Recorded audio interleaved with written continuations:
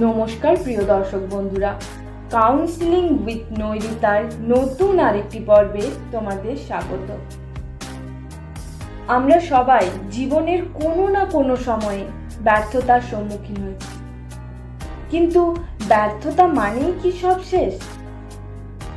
না, বরং ব্যর্থতা আমাদের জীবনে নতুন কিছু শেখার এবং উন্নতি করার সুযোগ দেয়।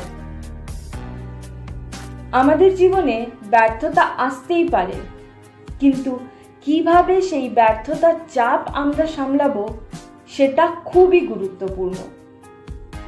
আজকের ভিডিওতে আলোচনা করব কিভাবে ব্যর্থতার চাপ সামলে তুমি এগিয়ে যেতে পারো সেই বিষয় নিয়ে। কিন্তু তার আগে তোমরা যদি এই চ্যানেলে নতুন হয়ে থাকো তাহলে অবশ্যই চ্যানেলটিকে সাবস্ক্রাইব করো।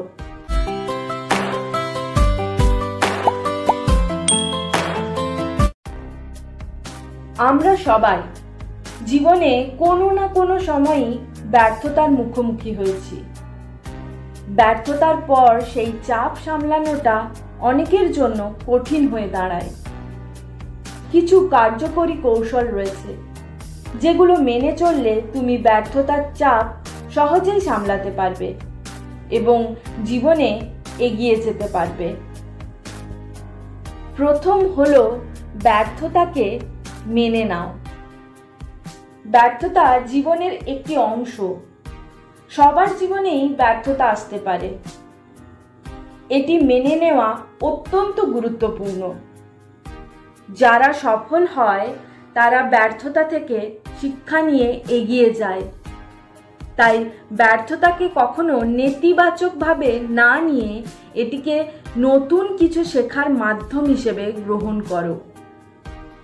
ব্যর্থতার পর নিজেকে দোষারোপ করা বা নেতিবাচক চিন্তা করা বন্ধ করো, বরং ভাবো এই অভিজ্ঞতা থেকে তুমি কি শিখতে পারছো।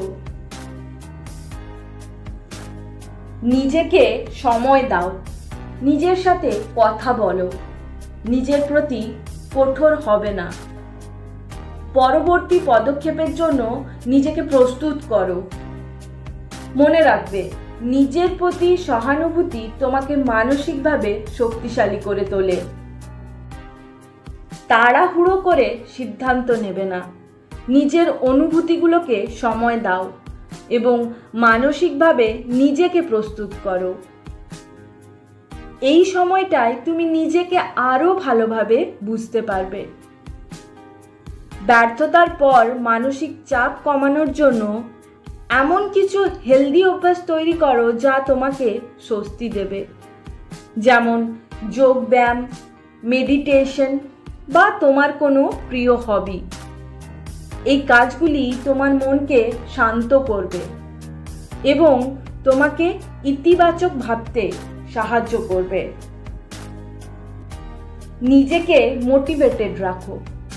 এমন কাজ করো যা তোমার মনকে উজ্জীবিত করে।